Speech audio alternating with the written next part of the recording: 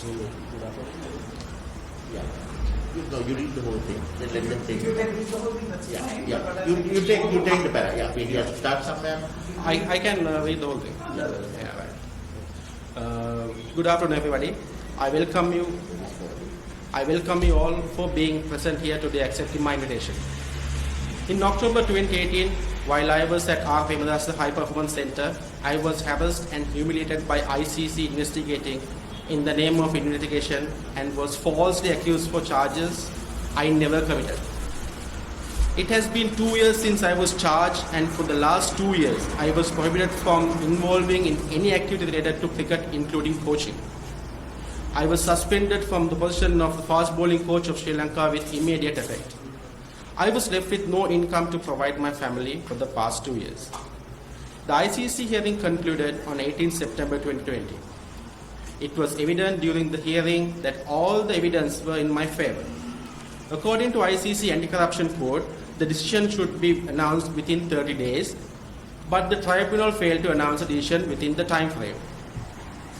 Therefore, I instructed my counsel to write to ICC. We were then informed that the final decision will be announced with reason only after looking into further submissions in another cricketer's matter, which is being heard along with my case.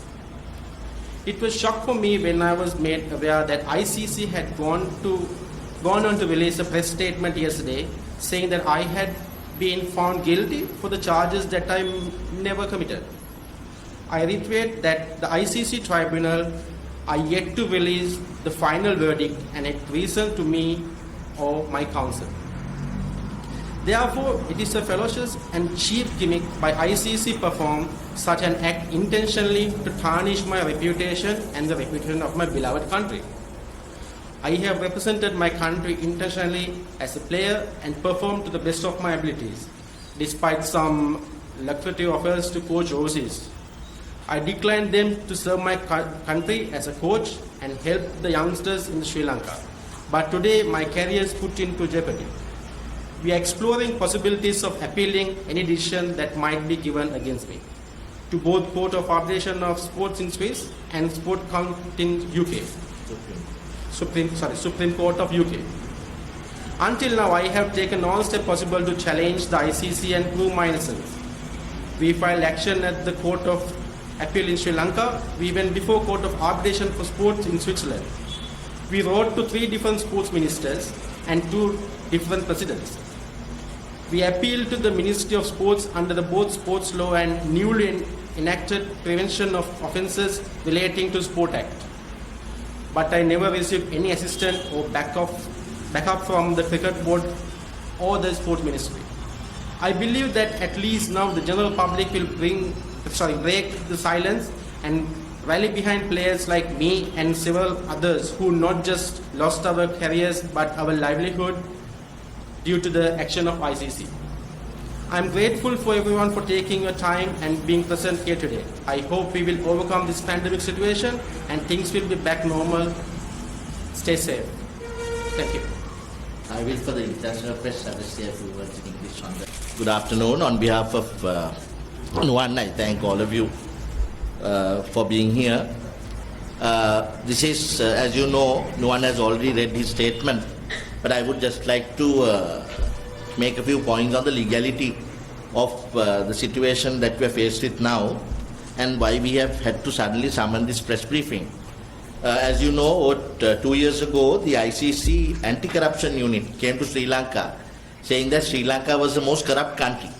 That was published across papers and everyone carried it.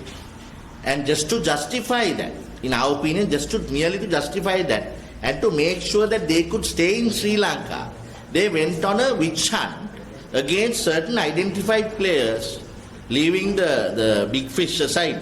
I know former cricket captain Arjun Ranatunga has recently also given a statement referring to Nuwan and Avishka also. I think he will also, I hope he will follow up on this.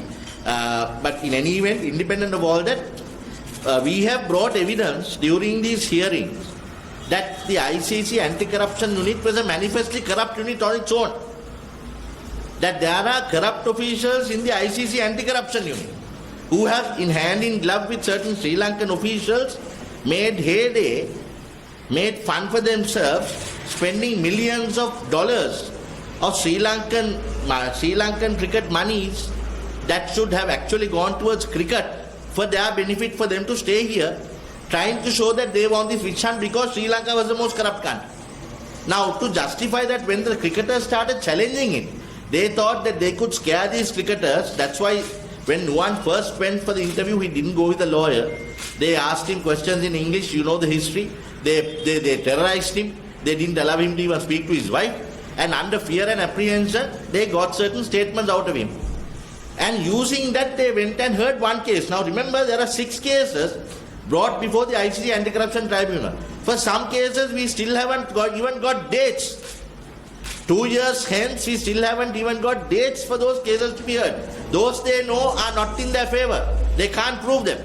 And even Nuwan's case, they thought out of the 6, this was the best. Why? Because they had a statement from Nuwan that Nuwan gave without legal advice, without even being able to comprehend the language.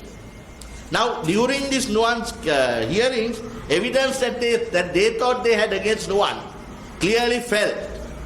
The witnesses that the ICC Anti-Corruption Unit produced actually gave evidence in favor of Nuwan. Some witnesses couldn't even say anything against Nuwan. They only praised Nuwan. And therefore their case was falling. Finally, under the ICC Anti-Corruption Code, it's only if they are voluntarily bound by that code can Nuwan or any other Sri Lankan cricketer or coach be subject to ICC jurisdiction. We have raised this question as a point of jurisdiction in the proceedings. On that, there is no decision given yet. I categorically state that a few days ago, in a confidential communication between the tribunal, the judges in your words, but the tribunal, learned members of the tribunal who are hearing the case, and us, just the lawyer for ICC and me, there was a communication where they themselves say they are waiting for another hearing to be concluded on the 27th of another cricketer, former cricketer, because they feel that there are some overlapping considerations that they need to consider on jurisdiction. That itself shows that there is no verdict given in this case. 30 days have lapsed, in fact much more than, I think it's about 2 months now. 2 months have lapsed from the date that the decision was due. And therefore, whatever decision that comes now, in law it's invalid. Because in terms of the ICC rules, a decision must be given in 30 days. And if it's not given, it's invalid. Having all of that, yesterday, an ICC lady sends me an email saying they are going to publish this statement on their website that no one has been found guilty. I immediately warned them, don't do this. There is no decision given by the tribunal. They are yet to deliver their decision. Don't do this. If you do it, we will have to counter. But they went ahead and did it. I'm afraid that some, even of our local press, have reported that ICC side only, without giving Nuwan side. I hope that press will be corrected. That you will also publish, those people who have only published the ICC press yesterday, you will also give time for Nuwan to say his side, because that's media. Media must be balanced, not just one side. Leaving that aside, we are now exploring possibilities of curing the fault and wrong done to Nuwan. The defamation, the injury to his character and fame. Nuwan is a cricketer that is of no mean repute. He is presently the only world record holder, as you all know, in one angle, or the first 3 balls of his debut match to take a hat-trick. And therefore, there is serious damage caused to Nuwan. And we will be exploring these either during in court proceedings in the United Kingdom, because we are governed by UK law in those ICC proceedings, or even if and when a decision comes, whether we go to the Court of Arbitration. But those are things to happen. But still, it is categorically stated now, the ICC has published a false report on their website. There is no such decision delivered yet. In fact, I have already last evening itself, when I saw this, I have put the learned members of the tribunal and the ICC on warning that I am giving them notice of intended action because you have damaged my client. Without a decision, they have published the decision. And that itself shows the corrupt way in which these proceedings are now being done. And I am actually now questioning, is the ICC Anti-Corruption Unit overpowering the ICC Tribunal also? The ICC Tribunal now must take serious note of this. Because the ICC Tribunal is supposed to be an independent body which hears cases and gives a verdict. Before you even do that, the ICC have gone and preempted them. So is the ICC anti-corruption is now operating beyond even the judges or the judicial proceedings of the ICC? This is, I think, right time for our Sri Lankan cricket administration and also the Honourable Minister and the Ministry to take note of what we've been trying to say over the last 2 years. Are you going to allow our players and our former players and our stars to be exploited like this by the ICC just because some ICC man or woman says so? I'll take any questions that you all have. All against Sri Lanka. Yeah, well, ongoing in the process, but we haven't got dates for 4 of them. So, one of the 6. One of the 6.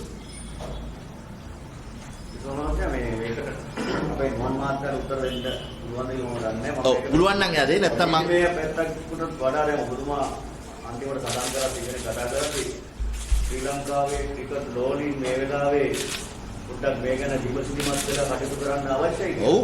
ඒ වගේම අපි දැන් කටයුතු කරලා තියෙන ජාත්‍යන්තරෙත් එක්කනේ. ඔව්. ජාත්‍යන්තර කතාවක් දැන් මේක තියෙන්නේ. ඔව්. ඒතකොට මෙතන නුවන් පොයිසා මහතා කියනවා ජනාධිපතිවරු කීප දෙනෙකුට අමාත්‍යාංශයට නිකුත් ස්ථානවල දැනුම් දුන්නා. ඒ වගේම මෙතන තියෙනවා මේ නමුත් ශ්‍රී ලංකා ක්‍රිකට් ආයතනයේ ක්‍රීඩා අමාත්‍යාංශයේ මේ වගේ කිසිදු සහායක් ලැබුණ නැහැ කියලා.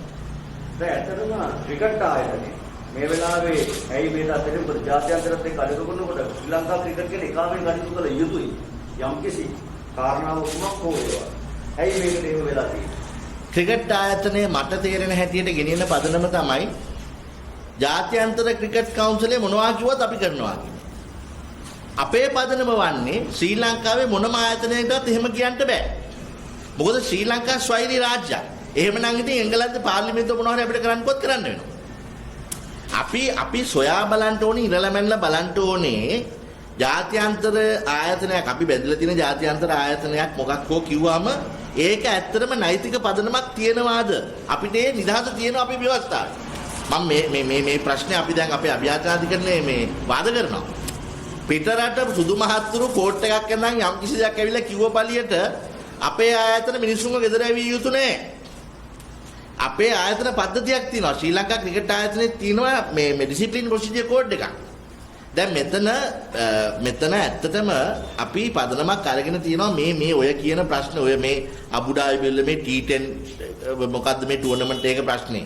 මේ නඩුවට අදාළ නැහැ. තව අනිත් නඩු 5-6 එකක්. ඒක තනිකර ශ්‍රී ලංකා ක්‍රිකට් වලට අදාළ ප්‍රශ්නකුත් නෙමෙයි. ඒ කියන්නේ ICC එකේ සැන්ක්ෂන් වත් නැතුව ගහපු ටූර්නමන්ට් එකක්. විජාම ටූර්නමන්ට් එක. දැන් ඒක පිළිබඳව මිනිස්සුන් අස් කළා කිසිම දෙයක් අහන්න නැතුව. ශ්‍රී ලංකා ක්‍රිකට් ගන්න පදනම වැරදි. ශ්‍රී ලංකා ක්‍රිකට් වලට කියන්න බෑ සුදු මහත්තුරු මොනවද කියන්නේ අපි ඒක කරනවා කියලා. ඔවුනුත් දැන් ඒක යුදාපුදාවත් කියන්න බෑනේ. ඉස්සර නම් කිව්වා මට ඕඩර් එකක් දුන්නොත් මරන්න කියලා මං කියලා මරනවා. දැන් එහෙම කියන්න බෑ කාටවත්. දැන් නීතිය තමයි සොල්දාදුවා තීරණය කරන්න ඕනේ මේ මිනිස්සයාට ඔළුව අමාරුද. මේ මිනිස්සයා මේ මිනිස්සුන්ට නිකන් වෙඩි තියන්නේ කොට මං වෙඩි තිබිය යුතුද? ඒක තමයි පදනම.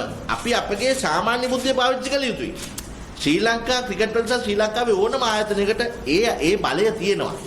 කවුරුත් කිව්ව පළියට අපේ පුරවැසියන්ට විරුද්ධව ඇක්ෂන් ගන්න නෙමෙයි. අපි සොයා බලලා ඒක කරන්නේ. මෙතන උනේ අරක කිව්ව ගමන් මෙහෙන් අස් කරා. ඒකයි අපේ ප්‍රශ්නේ. That he was part of corrupt activity by virtue of having some conversations with a man called Singh, who was introduced to him by Hemal Mendis, a former coach, Nuwan's coach. The allegation was that Singh tried to get Nuwan to approach certain players. But in evidence, we showed that connection is broken. Nuwan's conversations in our submissions was nothing more than a conversation that any set of players will have after a game. For example, corruption is present in cricket, no? If you and I are cricketers, we finish a game, we maybe say we go and get indulged in something after the game. There can be a conversation. So and so is corrupt, no? There's a chap like this who fixes games. But that doesn't constitute an act of corruption under the ICC code. Cricketers will speak of corruption. You have to prove that there was a specific act of corruption with regard to an international match, and that particular match was tried to be fixed or attempted to be fixed by this approach. Now, in our submission, that has not been proven. It's nothing to do with the T10 This particular incident has nothing to do with the T10 tournament. What happened was, they came to Nuwan first to try and fix Hemal and several others. That's what happened. I told you the ICC Anti-Corruption Unit wanted to justify their presence in Sri Lanka. So they thought that they could force Nuwan. After that first interview, if you look at the videos, you all can get it. Nuwan has it. We have the videos. Nuwan is in tears. He's actually crying and saying, I will help you. Yes, you want help, I will help you. They wanted Nuwan to help them to fix other players and other people. So they were going to use Nuwan as a pawn. But what happened was, after that, Nuwan sought legal advice. Then Nuwan refused to play along what the ICC Anti-Corruption Unit wanted. Then immediately they came after Nuwan. So this is like, they say, hell hath no fury like a woman's scorn. When it comes to a lady, it is something like that. As long as Nuwan was playing along with them, Nuwan was a darling. But no sooner Nuwan refused to give them any more, then they thought they'll go after Nuwan. Because the funniest part is, none of the other players who are involved in this, the names, have not been prosecuted by the ICC. Now there are several others who Nuwan spoke with, no. So if Nuwan is guilty of attempting to fix a match, then the other player that Nuwan spoke to must also be guilty of attempting to fix a match, no. You follow? And Hemal Mendis, who brought this Singh man, he should also be guilty, no. That Singh man should also be guilty, no. No one else being proceeded, only Nuwan. Who is this Singh character? We also don't know who the Singh character is. I think now we have made a complaint to our anti-corruption unit. There is a sports law that have been brought, the new 2019 sports law. We have actually gone and made a complaint there that you all should go after these perpetrators, who are actually these characters who are behind this corruption, and try and catch them.